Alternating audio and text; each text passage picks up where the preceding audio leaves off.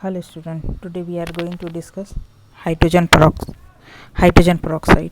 Hydrogen peroxide is a very important chemical equation because it used in pollution control. It used in pollution control. काय में use किया जाता है?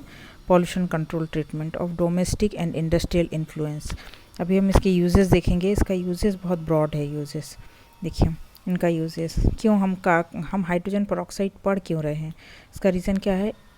देखिए wide scale use as lead to tremendous increase in the industrial production of H2O2 ना. First, in daily life it is used in hair bleach and as a mild disinfectant, as antiseptic is sold in the market by the परहाइड्रोल. याद रखिएगा किस नाम से market में मिलता है हमको, ये परहाइड्रोल के नाम से. It is use to manufacture of chemical like sodium perborate and percarbonate, which are used in high quality detergent में इसका यूज़ किया जाता है. Next is it is used in the synthesis hydroquinone, tartaric acid and certain food production and pharmaceutical industry, इनमें किया जाता है इसका use. Employ the industry bleaching agent, textile, paper pulp, leather industry, oil and fats. आज के समय पे हम इसका सबसे ज़्यादा यूज़ ग्रीन केमिस्ट्री में देखते हैं. Pollution control treatment of domestic and industrial influence, oxidation of cyanide, restoration of aerobic condition of sewage and wastage. मतलब H2O2 peroxide, हाइड्रोजन peroxide, इसका बहुत सारा यूजेस है. इसे कैसे प्रिपेयर किया जाता है हम इसे सीखते हैं पहले. ठीक है, प्रिपरेशन ऑफ H2O2 को प्रिपेयर करने के लिए सबसे फर्स्ट लेते हैं acidifying barium peroxide, that is barium peroxide. इसकी रिएक्शन किससे करा रहे हैं? H2SO4. तो बेरियम ऑक्साइड जो है, बेरियम पेरोक्साइड जब H2SO4 के साथ रिएक्शन होगा तो H2SO4 एसिड है, जिससे इसे क्या पढ़ोगे आप? एसिडिफाइंग. मतलब when barium peroxide is dissolve with H2SO4, और जब इसमें H2SO4 तो इसमें एक्सेस में देखिए 8 mole of H2O water remove हो जाएगा, और साथ में इसमें H2O2 पेरोक्साइड भी मिल जाएगा, और बेरियम सल्फेट का हमको प्रेसिपिटेशन या सॉलिड फॉर्म में मिलेगा ये. ठीक है, तो it means that when barium peroxide is react with acidic barium peroxide का रिएक्शन होगा तो हमको क्या मिलेगा? एक्सेस में वाटर, हाइड्रोजन पेरोक्साइड और barium sulphate. Second is peroxodisulphate. ध्यान से देखिएगा, peroxodisulphate obtained by the electrolytic oxidation of acidified sulfate solution at high current density on hydrolysis yield hydrogen peroxide. आपको क्या है? when HSO4 ion लिया, इसका जब reaction होगा तो आपको क्या मिलेगा यहाँ पर? इससे हमें फॉर्मेशन हो रहा है इसका, तो दैट इज़ कॉल्ड, देखिए बहुत ध्यान से, H1H 3 oxygen 1 sulfur 1 oxygen 1 oxygen. It means that all things are 2 all component are 2. तो ये जो 2 कंपोनेंट्स है, इसका मतलब ये क्या बन गया? पर ऑक्सो डाई सल्फेट.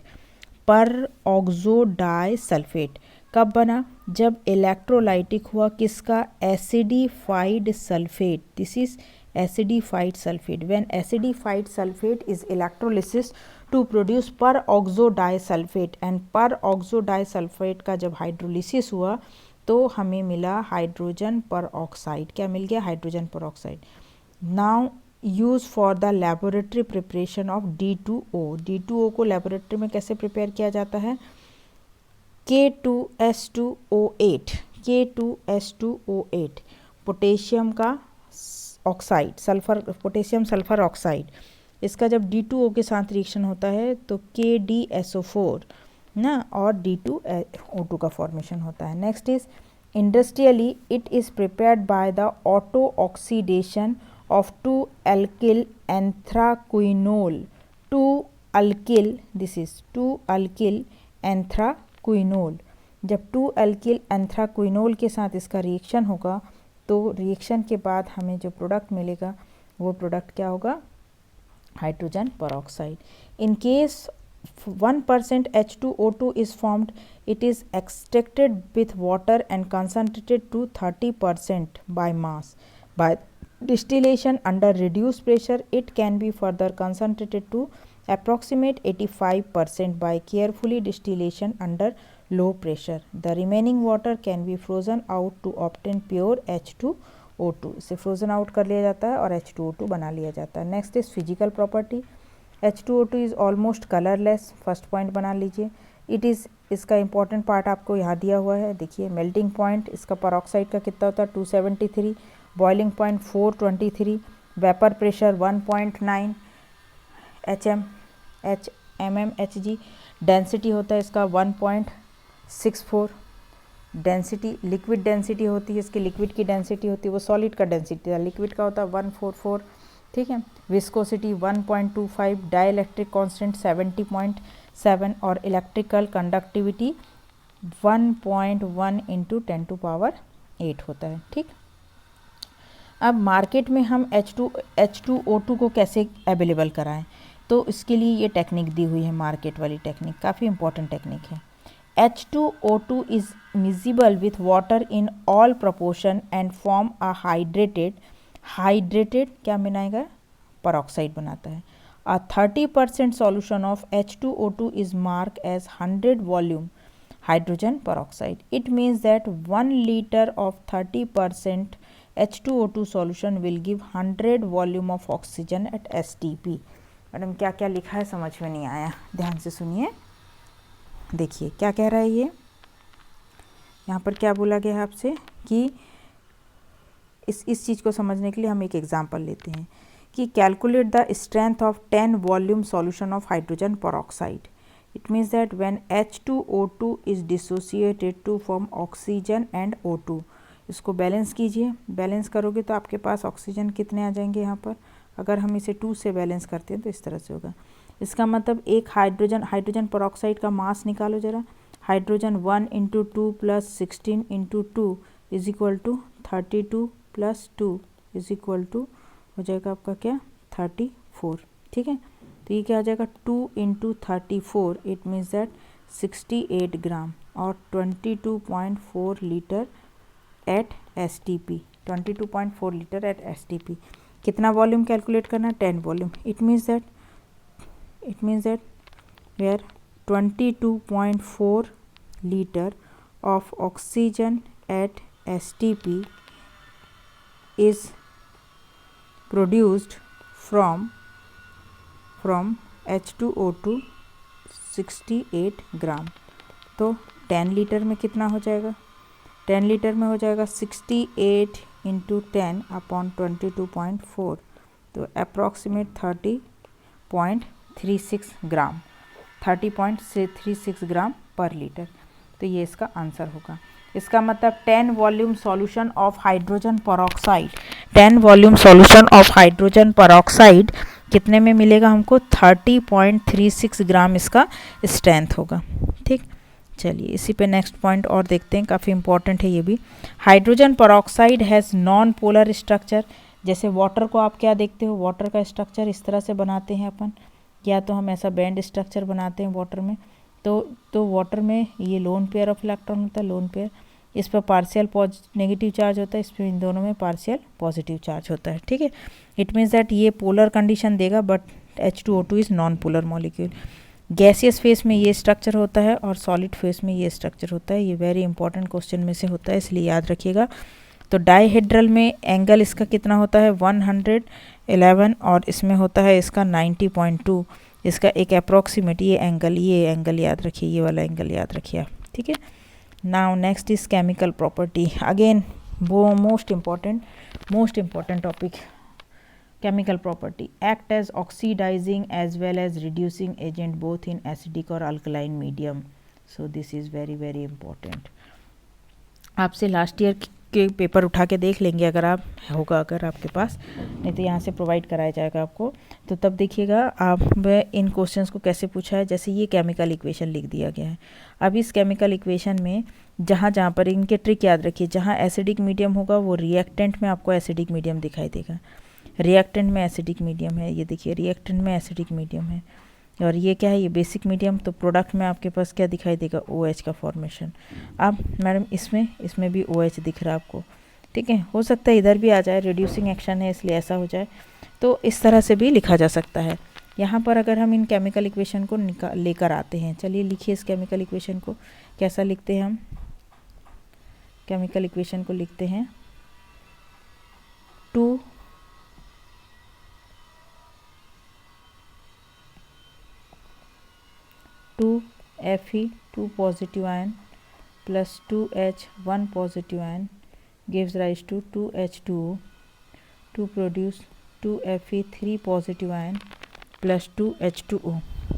देखिए इन दोनों आयरन में Fe2 पॉजिटिव आयन से आपको क्या मिल रहा है, Fe3 पॉजिटिव आयन, और इस हाइड्रोजन में आपके पास क्या दिख रहा है, 1 आयन, और यहाँ पर भी 1 आयन है, यहाँ टेंशन नहीं है। ये ऑक्सीजन जो होगा आपका -1 होगा, और ये ऑक्सीजन जो होगा ये -2 होगा। इसका मतलब इसमें ऑक्सीजन -1 है और यहाँ पर जो ऑक्सीजन है वो -2 है, ठीक।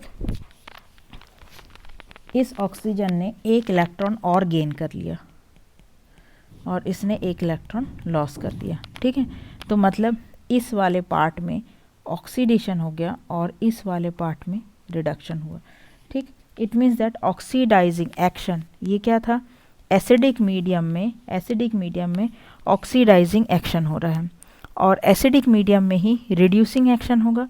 तो रिड्यूसिंग एक्शन में देखिए आपके पास एसिडिक मीडियम है इसलिए ऐसा लिखा, रिड्यूसिंग एक्शन में आपके पास ये MnO4 1 negative ion is react with 6H positive ion plus 5H2O2 gives rise to 2Mn 2 positive charge HO2 और O। ये देख के लग रहा है यहाँ पर -1 है, ये 0 है, और यहाँ पर क्या होगा, ये +7 है और ये +2 है, ठीक है। तो ऑक्सीडेशन स्टेट आपके पास एक इसका दिखाई दे रहा है और एक इसमें चेंजेस दिखाई दे रहे हैं। जहाँ चेंजेस होंगे उन्हीं को हम नोट करके सॉर्ट आउट करते हैं। तो यहाँ पर क्या होगा, Mn+7 है, इसने कितने इलेक्ट्रॉन गेन किया, 5 इलेक्ट्रॉन गेन किया, और क्या बन गया, Mn2 पॉजिटिव आयन। और यहाँ पर क्या है बेटा, O पे 1 नेगेटिव चार्ज है, ये क्या कर रहा है, सॉरी, ये ऐसा नहीं, Mn 5 इलेक्ट्रॉन लॉस करेगा, इतना बना लेगा, और ये क्या करेगा, 1 इलेक्ट्रॉन गेन करेगा, तो इस तरह से। तो यहाँ पर हो रहा है आपका रिडक्शन और ये हो रहा है ऑक्सीडेशन।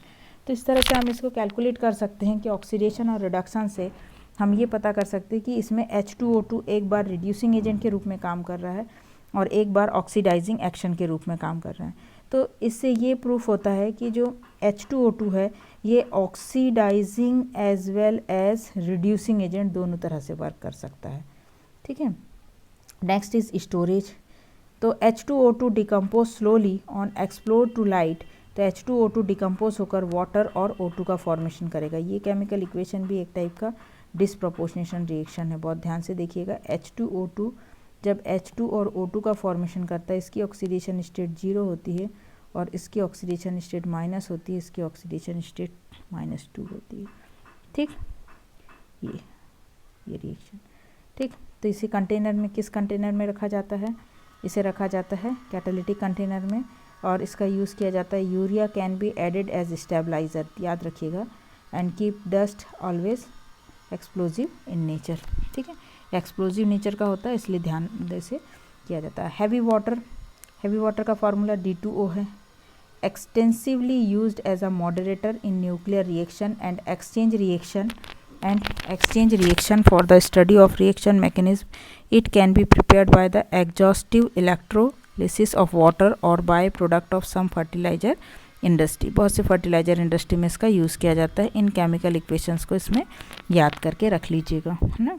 और डाई हाइड्रोजन जो होता है ये फ्यूल होता है, इस पर शॉर्ट नोट्स लिखने के लिए आते हैं, इसलिए इसे अच्छे से प्रिपेयर कर लीजिएगा। तो ये टॉपिक था आपका क्या, हाइड्रोजन पर ऑक्साइड, ठीक है। हाइड्रोजन पर ऑक्साइड में फर्स्ट पार्ट हमने देखा कि प्रिपरेशन कैसे होता है, सेकेंड में हमने इसके कुछ फिजिकल और केमिकल प्रॉपर्टीज़ देखी है, स्ट्रक्चर देखा है। केमिकल प्रॉपर्टी में स्पेशल याद रखिएगा, oxidising as well as reducing agent. Storage किस में किया जाता है, इसे स्टोरेज करने के लिए से ये धीरे धीरे सनलाइट से डिकम्पोज हो जाता है, डिकम्पोज होकर क्या देने लगता है, वाटर में कन्वर्ट हो जाता है। इसीलिए हम इसे डार्क कलर की वाटर में कैसे लिखते हैं, store in wax line glass और प्लास्टिक वेसल इन डार्क, और कहाँ रख दिया जाता है, डार्क में रखा जाता है। ठीक, यूज़ वर्साटाइल यूज़ है इसके, काफ़ी ज़्यादा यूजेस हैं। इन यूजेस को अच्छे से रीडिंग करके याद रखिएगा। ठीक है, okay, thank you very much.